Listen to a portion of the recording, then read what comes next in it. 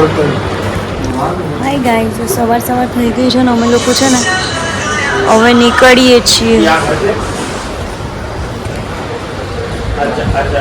હવે એક્ટિવા લીધું છે રેન્ટ પર, એટલે એક્ટિવામાં ફરશું પૂરા દિવસમાં. હવે આજનો બ્લોગ આવશે.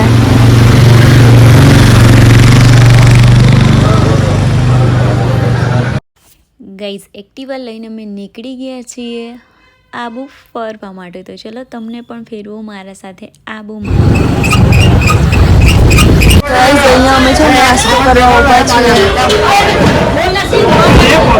ગાઈઝ, અહીંયા નાસ્તો કરી અહીંયાથી હવે અમે નીકળીએ છીએ ક્યાંક જવા. હવે ક્યાં જઈશું એ જઈને તમને મળીશ ને, જઈને બતાવીશ કે ક્યાં જઈએ છીએ. રાત્રે બી અહીંયા ગયા હતા ને અત્યારે બી અહીંયા ગયા છે, કેમ કે અમારી હોટલ અહીંયાથી નજીકમાં હતી ને એટલા માટે. આ બધું નાસ્તાનું શોપિંગનું એ છે.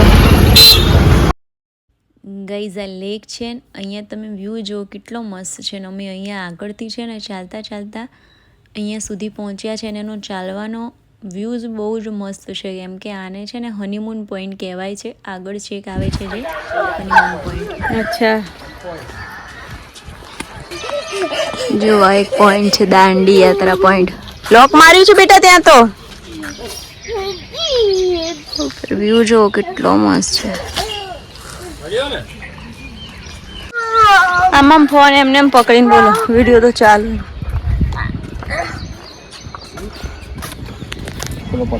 એ નહીં, આપણે કયા પોઈન્ટ પર છીએ? Wonder park. આ દેખાય જ ને, આ કેમલ દેખાય રહ્યો વંડર પાર્ક.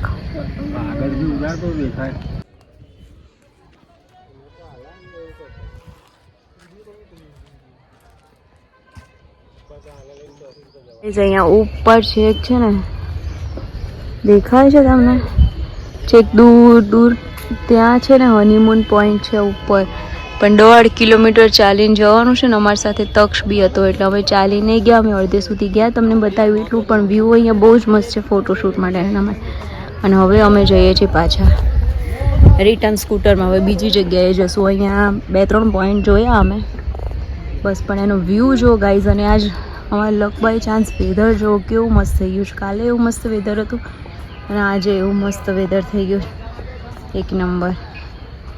જો ગાઈઝ, પાછળનો વ્યૂ જો કેવો મસ્ત આવે છે ને. હું છું ઉપર, વેધર જો. ગરમી તો બિલકુલ નહીં લાગતી, 12 વાગી ગયા છે પણ મસ્ત મજાનો વેધર છે.